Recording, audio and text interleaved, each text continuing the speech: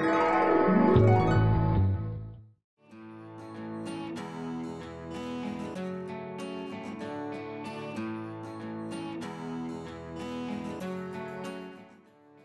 and welcome to The Story of Cooking. I'm Sarah Nicholas. This show explores people and their unique story of cooking. Each week we're going to look at a different group of people and how you can create their story in your own kitchen. You don't have to be a 4-star chef, but just have to have a love for cooking and an interest in history, and you can create this meal in your own home. Today we're going to focus on our Cowboy Chuckwagon meal. This episode was inspired by my trips out to Wyoming with my family to the Dude Ranch. It's called Paradise Ranch. Magnificent place to go, so much fun. Have so many good memories from that trip with my family. We go in the summertime. It's a little bit cooler, it's high in the mountains, but it's still a lot of fun. And we actually got to participate in a Cowboy Chuckwagon meal. So that was a really cool experience, and I wanted to bring that to you guys today. The first dish we're gonna do are cowboy baked beans. Obviously, baked beans and cowboys are kind of synonymous, so we thought we'd start with that. The second dish we're going to do is spoon bread. It's my granddaddy's favorite as well as a Chuckwagon staple. And lastly, we're going to do buffalo steaks. So we'll start with the beans. To a soup pot, over some heat, you're going to add 1 tablespoon of bacon fat, rendered. Always save your bacon fat after you cook bacon because you can always use it later. It's a really good flavoring agent. I'm sorry, that was actually vegetable oil, 1 tablespoon. This is 1 tablespoon of bacon fat. Put the bottom of your pan, and we're gonna saute 1 medium onion, 5 cloves of garlic, minced. They're 3 tomatoes, and they are grilled, seeded, and diced. And then lastly, we have a green chili pepper that's also grilled, seeded, and diced. And we're going to saute that till it sweats down a little bit, gets a little color. Shouldn't take too long. So, going out to the Dude Ranch was so much fun. I have so many fun stories from that experience. Some of the best ones include my horse that you get. When you go to a Dude Ranch, you get assigned a horse the first day if you're going to participate in riding. You don't actually have to ride at a Dude Ranch, which is kind of odd, but I wanted to because I grew up riding. I love riding. My horse is called Harry Houdini, and there was a reason he was called Harry Houdini, because he always escaped from the corral somehow. He was a magical Harry Houdini. I don't know how he did it. So by the end of the week, he was just Harry. By the end of the week, he was Harry Houdini because he was always escaping, and they had to put a bell on him because they don't know no other way to know that he was escaping. So that was kind of funny. Maybe he was running away from me, I don't know. But he was a fun horse, a very stubborn horse. But he was still a lot of fun. He got really spooked easily. Out west there's a lot of moose and elk that run wild, which is cool, except they're pretty aggressive, vicious animals. So if you see a moose or an elk in the wild where you were told to stand there, don't move and just let them walk past you. It's kind of scary. Don't take off running. Never take off running. But it's kind of fun when you go to a Dude Ranch because you get a mix of people that are wannabe cowboys, kind of like City Slickers, the movie.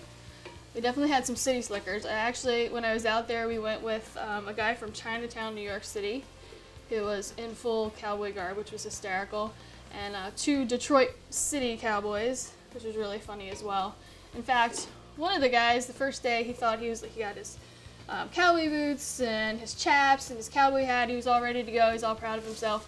And he was the first to fall off into a pile of manure. So I had to laugh a little bit. But by the end of it, everybody loves everybody else, and it's a lot of fun. All right. Let's just saute those a little bit more. All right. It's looking pretty good. All right, to the pot, we're going to add our ham hock, smoked ham hock. This adds a lot of flavor. Don't actually have to eat it, but it definitely helps the flavor. And 2 cups of pinto beans. These have been soaked overnight. It's important to do because otherwise it'll take forever to cook. They're going to cook in this pot actually for 3 to 4 hours as well. You can use pre-cooked beans, and obviously they wouldn't take as long, but they're not as good. You gotta do it the slow and steady way. It's much better. It's the way the Cowboys would have done it in the Chuckwagon, because they certainly didn't have canned beans to throw in their pots. They would have had dried. So that's what we're going with today. Going authentic. All right, you wanna bring that to a boil. Let's add a little salt too. Seasoning, maybe a little pepper. All right, looking good. All right, so that's gonna come up to a boil, and we're gonna leave it boiling for about 30 minutes. And then at that time, we'll turn it down to a simmer and let it go for 3 to 4 hours. And then everything should be cooked, blended together, and delicious.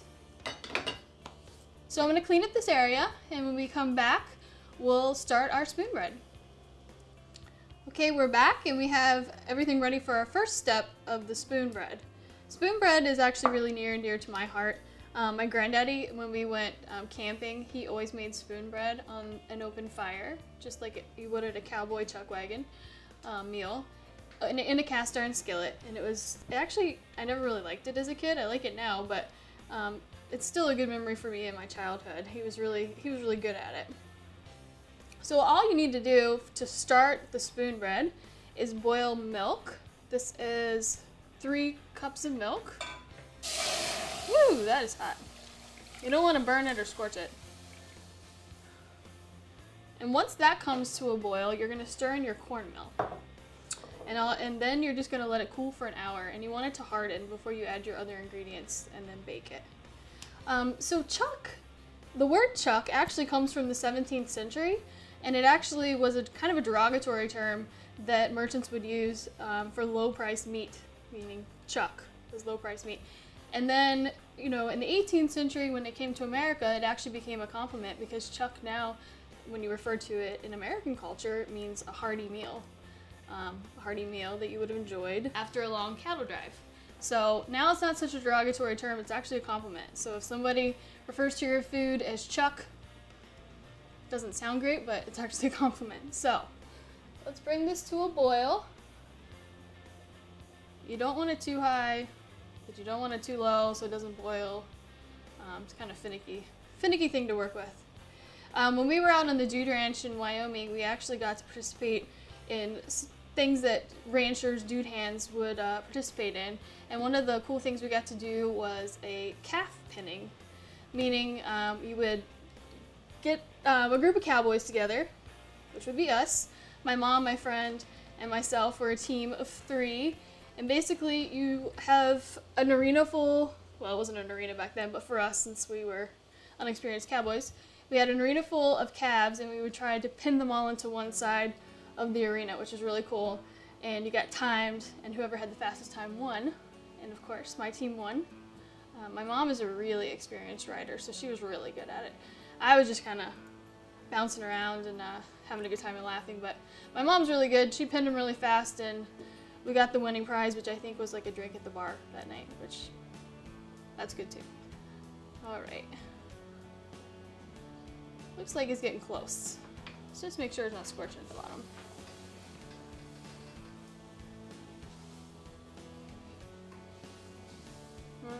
Not too bad. All right. Chuck wagons were actually introduced around 1866 by Charles Goodnight. He was a Texas rancher. Charles Goodnight in 1866 actually brought the idea of a chuck wagon to America. He was a Texas rancher. He was an enterprising cattleman who saw the need to move cattle without using the railroad. So the chuck wagon was born. This is boiling. So we're just gonna take it off the heat, and we're gonna stir in our cornmeal. Let's mix it in. You can leave it in this pot, but you need to let it cool for an hour. Maybe a whisk would work better. Let's try that.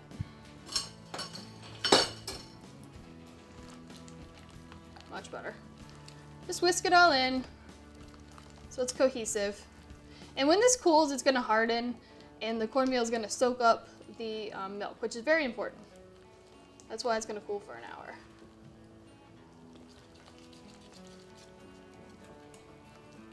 Try to get all the lumps. If there's a few lumps, that's fine.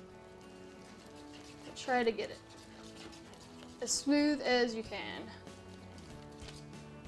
All right, so I'm gonna clean up this area, and when I come back, we're going to start on our buffalo steaks. Okay, we're back, and we're gonna start on our buffalo steaks. Today we don't have buffalo, but we have beef, which is just as good and probably a lot more popular in households today. We're gonna we're gonna dry rub the steaks with a coffee mixture. Coffee was very important on a Chuckwagon because it was easy to make over an open flame and easy to carry. So, first thing we're gonna do is we're gonna toast our cumin seeds. Toasted seeds always taste better than untoasted seeds. So we're gonna give those a little toast. Make sure they don't burn, but you'll be able to tell when they're toasted because you'll smell them immediately. They don't take any time at all. Yeah. And they'll start popping. See how they're jumping? They're done. That's all it took. Put that in a bowl to the side. Okay, and then into that we're going to add 1/4 a cup of paprika,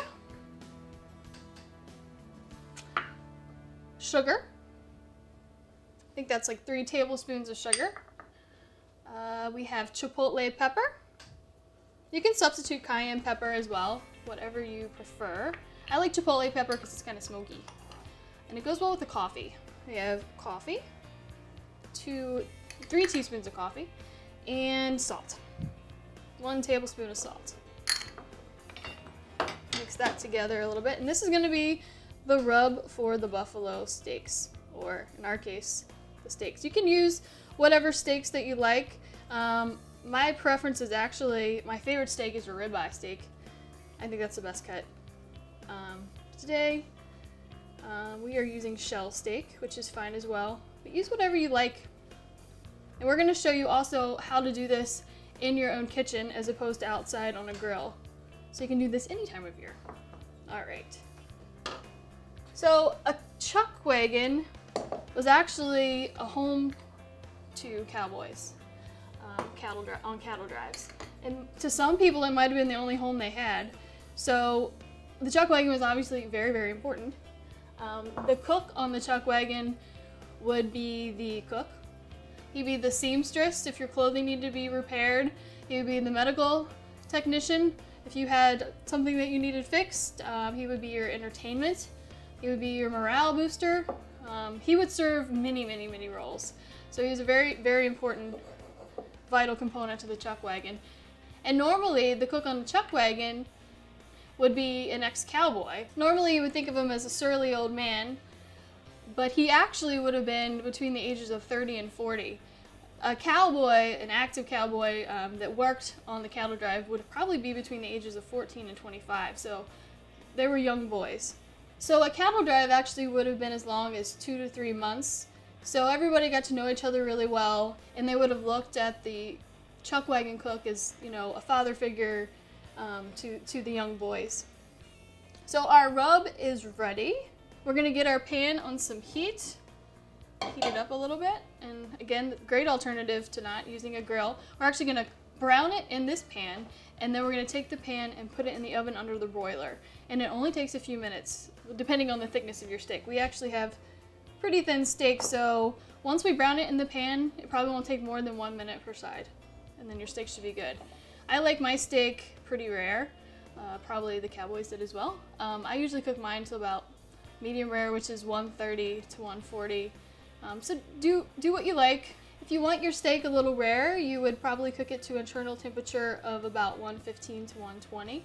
So just whatever you like. My mom loves her steak blue in the center and probably still alive. So depending on what you like, I like medium rare. Again, that's 130 to 140, closer to 130 I think is better. So what we're gonna do now is we're going to put oil on the steak so it doesn't stick to the pan. Just drizzle a little oil on it. Just rub it on. Another chance to play with your food. Not right. I'm gonna put it in the seasoning, the dry rub. Pack it on there. You can handle a lot. Okay, we're just gonna put that directly into the hot pan and brown it on each side.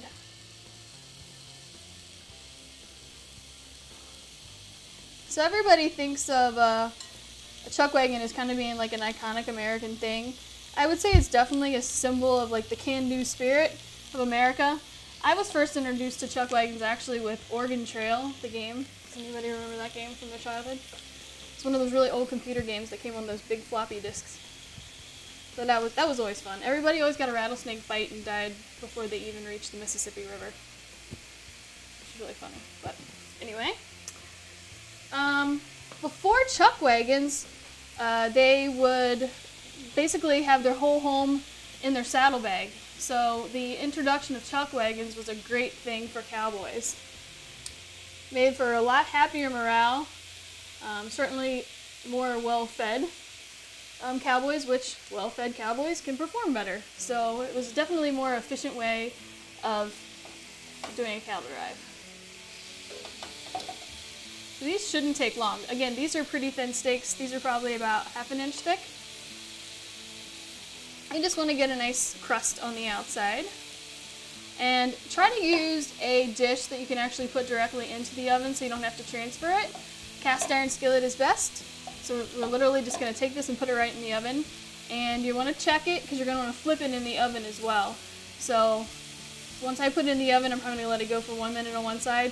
Take it out, flip it, and put it back in for another minute, and it should be good to go. Let's take a look at this.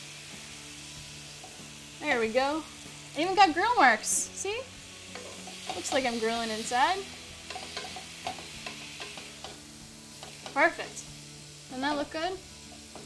Alright, let that go for another minute on that side as well.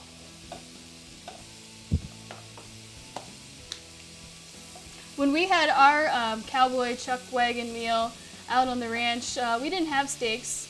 We actually had sloppy joe, so I felt a little gypped. So this is a much better way to do it. But we did have spoon bread, and we did have beans, so definitely those are two things that you would have had. Okay, this looks like it's going to be pretty good. Check the other side. Looks like it's ready for the oven. You want it about 5 to 6 inches away from the broiler. You don't want it directly up against the heat, but you don't want it to burn too quickly. So I'm going to do that. I'm going to throw it in the oven under the boiler. I'm going to clean up this area. And when we come back, we'll finish up our spoon bread.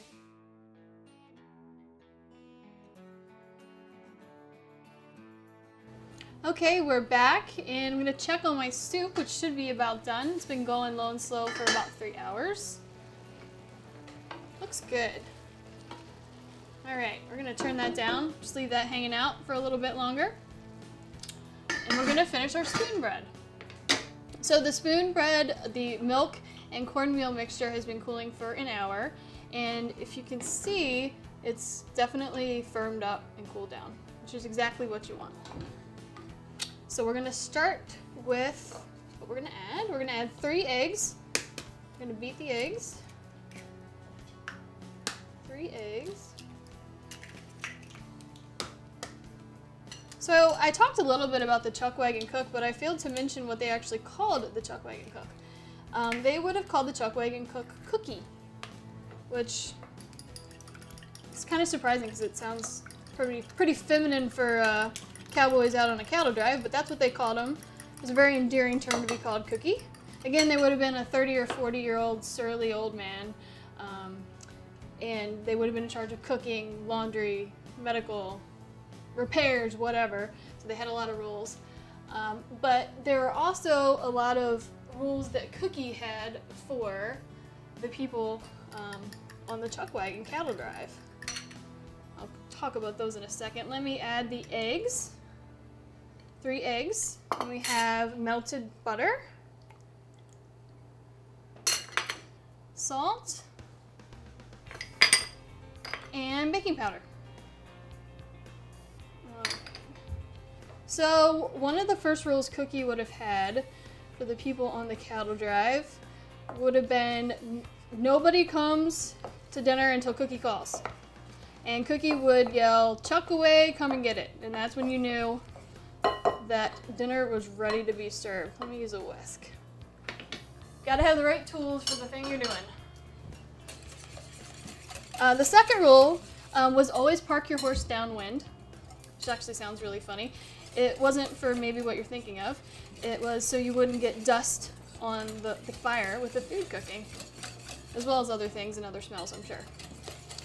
Don't crowd the fire, because everybody needs to get warm after a long day's work. It could get pretty cold up there in the mountains, so everybody would have wanted a piece of the fire.